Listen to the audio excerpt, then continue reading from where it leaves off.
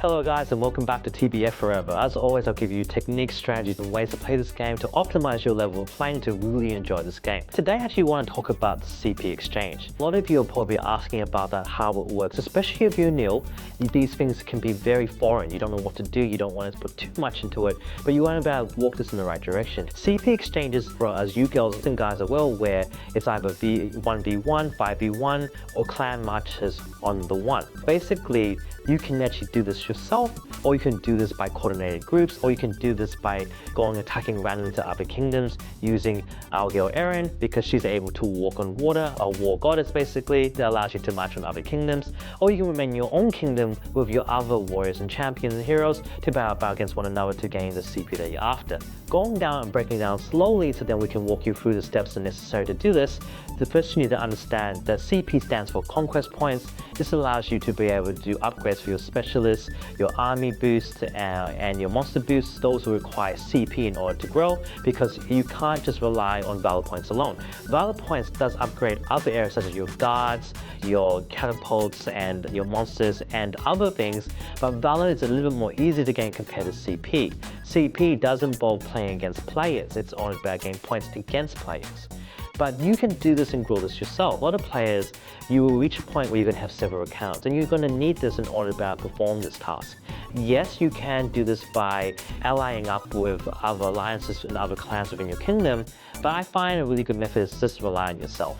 And if you can't do this and you find yourself as a good negotiator and a good talker, then you can do that too. So I'll walk you through the different methods. 1v1, what is that? Player against player. You can choose to either have Erin the Water Walker, which allows you to combat other players against other kingdoms, and you can do that and gain CP on your own. That's fine, you can do that. You can do this through COD, you can do this with the Shadow event, and you do this by coordinated events against among yourself. There's also the Lava Fountain event as well. There's also SK event where it allows you to do basically, I think it's the Potion Tree event, but you guys know what I'm talking about. I may be naming it wrong.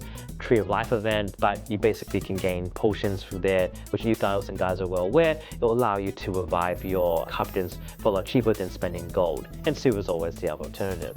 Looking at this properly though, you find that by doing this, you're not going to gain the maximum amount of CP that you can possibly gain, because you're going to need, if you can coordinate your runs better, you're able to do coordinated CP runs which maximum out to 11, well 10 really, and the question is, why only 10?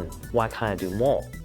You can do more, but you're going to find that the game coordinator is actually very clever.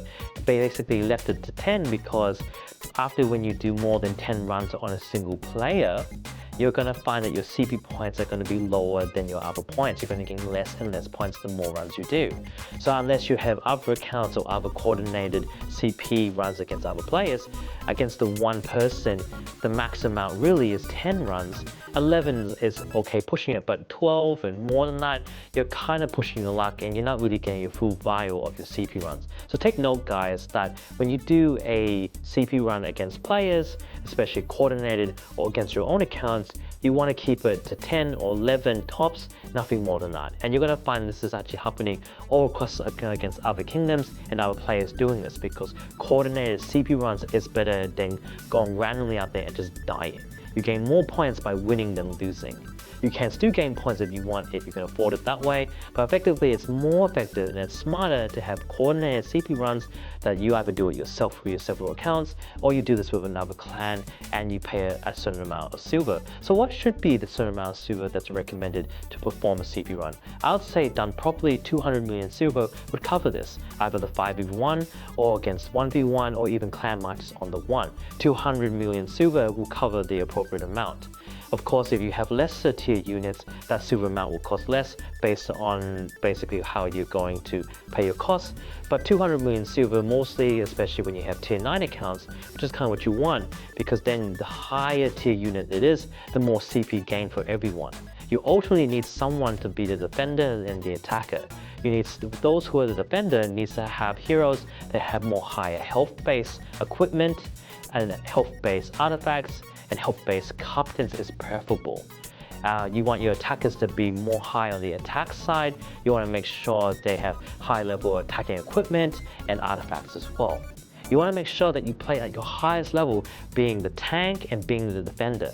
You need to make sure that these are played the key roles, because ultimately these two are going to take the bulk of the damage. Right? It's very key to remember these things. Now, there are CP applications that you can download on the PC mode only, which will allow you to be able to coordinate based on the application on ruling to be able to have the right amount done of troops to be able to march on. But I'm going to tell you that you don't need all that. You can play it as a dummy and you still gain the high level CP necessary to pull this off.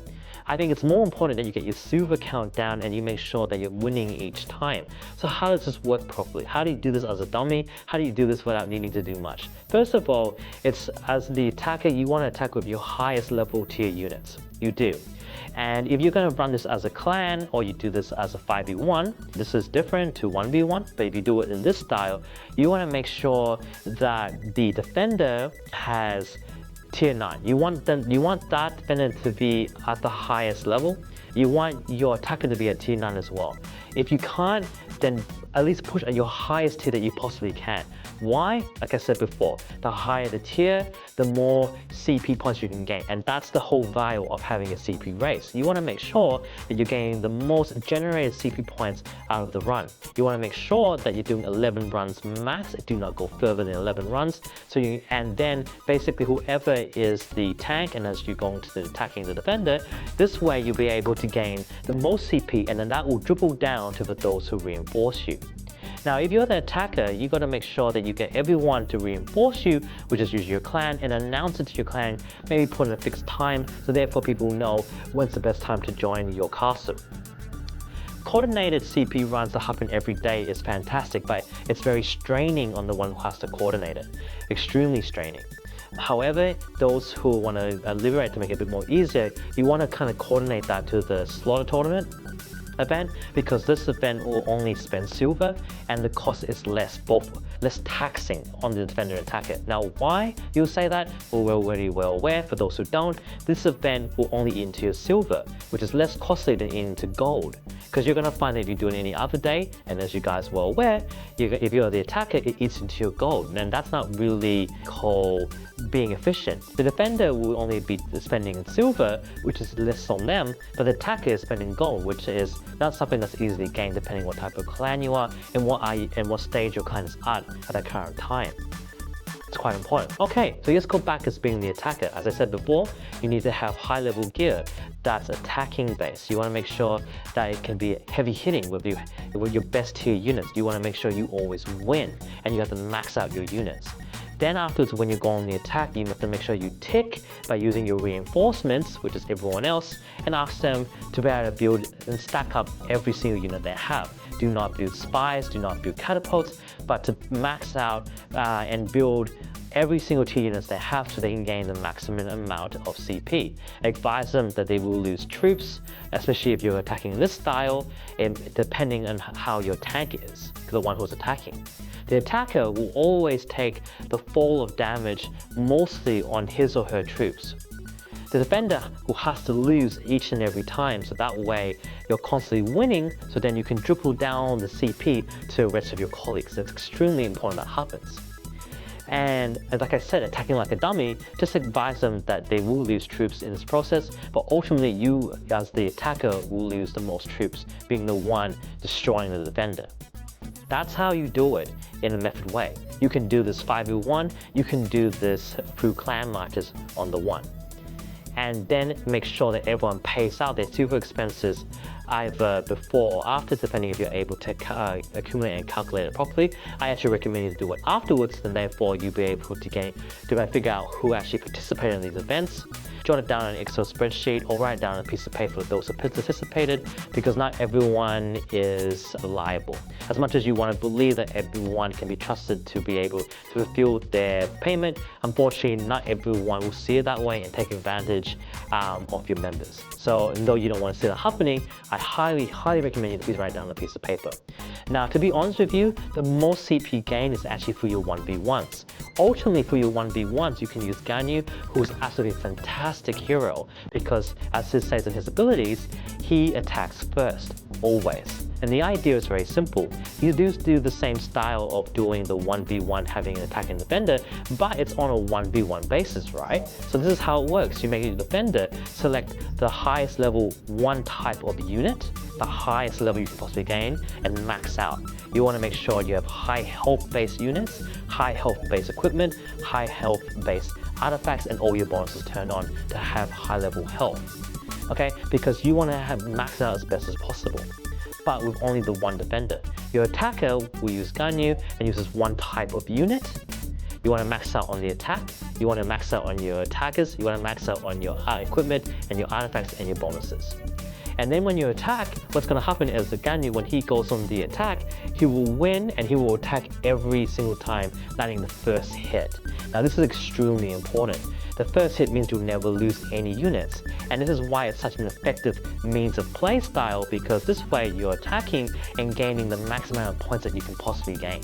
This is extremely important. This is how a lot of players are getting CP without losing any troops and doing 11 runs every single day until they master out their CP.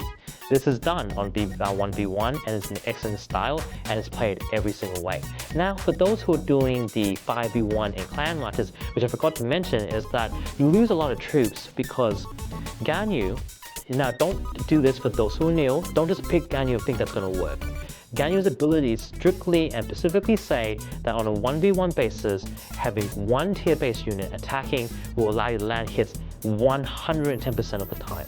It does not work when you have multiple units. It does not work if you're reinforced. It doesn't work this way. And a lot of people forget that. So I'm reminding you, please don't just buy Hero Captain thinking that's going to work by allowing people to march with you or march as a group. It just doesn't work that way. He works on a 1v1 basis only, and he's fantastic for that. But remember, 1v1 only. If you're doing with clan marches and stuff, remind that your college should have particular captains involved. You want Dustin, you want Amator, you want Beowulf, you want captains that really help build those bonuses. These captains will allow good growth. You want Cleo, you want to be able to have army boost type heroes, right? Captains that allow growth to be able to maximize your army. You want to make sure that your artifacts have enchantments and gems that attach to it that increases army boost. You want these things to be highly focused on. These things are critical for growth, okay? This is an extremely important rule of thumb to note as well, that make sure that when you do gain your CP, that you're actually focusing it on your CP army boost and army modernization. Have these developed first, because this is extremely important to be able to gain, even to maximize the CP points that you gain. You want to do this. This is key and critical for your growth. So hopefully, I hope this helped you out, pretty much doing CP runs as a dummy, and it will allow you maximum your CP and growth to your clan, to yourself, and your individual goal. As always, I hope you stick with me as I stick with you. Leave a like, subscribe, stick with me if you happen to be using the same type of channel as well, and doing the same niche. Reach out, I'd love to collab with you. And of course, always leave a comment down below if you have suggestions or things I might have said that I might have missed. I'd love to be able to answer you down below and to be able to make more episodes for you. I'll see you guys again in the next episode. I hope it's been useful to you. See you later now. Bye.